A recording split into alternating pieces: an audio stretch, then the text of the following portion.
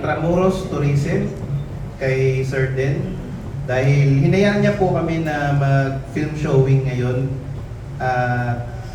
Siyempre nakipag-partner sila sa amin kasi ngayong month ginaganap yung IP month, Indigenous Peoples Month. So in celebration of IP month, ang mga pelikula sa Sinigoma na pinalabas namin ngayon ay related sa IP, related sa culture, and sa iba-ibang region dito sa Pilipinas. So, ayun po. Ang mga Sinigoma films ay mapapanood sa Quezon City Circle, QCX, sa RK Cinema, sa mismong RK Rubber Enterprise ko, sa Quezon City po pareho. Meron din po kami sa Coffee Spot, and then sa Cinepop. Tapos ang awarding ng Sinigoma ay gaganapin sa Quezon City University. And ngayon taon, ang bago sa Sinigoma, actually kakatapos lang yung film lab namin nung August hanggang September. Pero ngayong darating na November, magkakaroon po tayo ng campus tour kung saan yung mga lecturer ng Sinigoma ay makakapag-share ng kanilang mga insights and knowledge, wisdom sa mga bata sa different schools sa Quezon City, sa Manila, and naghahanap pa po ng, kumbaga naghanap pa ng iba pang school kung saan willing sila na, kumbaga willing sila makipag-partner sa Sinigoma. Kailan po yung awarding? Ang awarding po ng Sinigoma ay sa November 29 sa Quezon City University. Sir, kanina po binanggit nyo na this year ang mga movies ay about IP. Tama ba?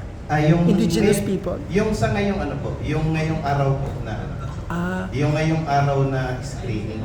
Pero this year po, actually maraming regional filmmakers sa Sinigoma. Kumbaga galing sa iba't ibang region, galing sa iba't ibang lugar, Luzon, Visayas, Mindanao. So may halos, kumbaga halos sa lahat po na yan ay meron po tayong mga participants. So more than 50 films ang i-exhibit ng Sinigoma this year.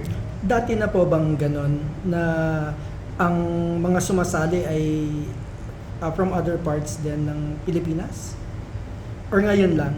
Actually, dati na rin pong may mga sumasali, pero mas dumami po yung ngayon and mas pre-promote namin talaga yung Sinigoma doon po sa iba-ibang part ng Pilipinas, lalo na sa Mindanao po.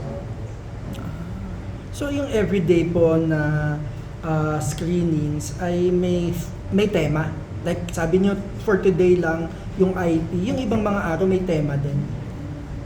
Sa mismong Sinigoma Week, ang ano po namin, ang tema namin is, it is about the story of struggle. Kumbaga sa struggle, mga challenges ng mga tao. And ang focus po talaga ng Sinigoma ay hindi yung usual na mga challenges na nakikita natin, kundi yung struggle ng mga ordinaryo at mga maliliit na tao. So yun po yung usual na tema po ng Sinigoma. Pero may iba't ibang genre, iba't ibang panlasa, iba't ibang, kumbaga may iba't ibang flavor ang ihahatid ng Sinigoma ngayon. Two questions pa po from me, sir. Okay. Saan po yung pinakamalayong lugar sa Pinas na nanggaling yung entry? Ayun, meron pong filmmaker sa Sinigoma na galing po ng Davao, Yun ang malayo. ng Cagayan de Oro, meron din pong galing ng Nabunturan. Ayun po. Tapos marami rin po sa Visayas, sa Cebu, Iloilo. Pag entry po nila ay dialect nilang ginagamit? Opo, yung kumbaga native dialect po nila. Yun yung, kumbaga yun based sa mga ilan na napanood ko na, tsaka napanood ng ibang jury, ano naman po, kumbaga nasa native dialect nila.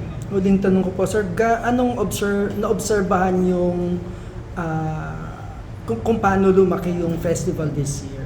Anong observation niyo? Ayun, actually mas lumaki yung Sinigoma this year kasi may mga nakilala din po kami sa industriya.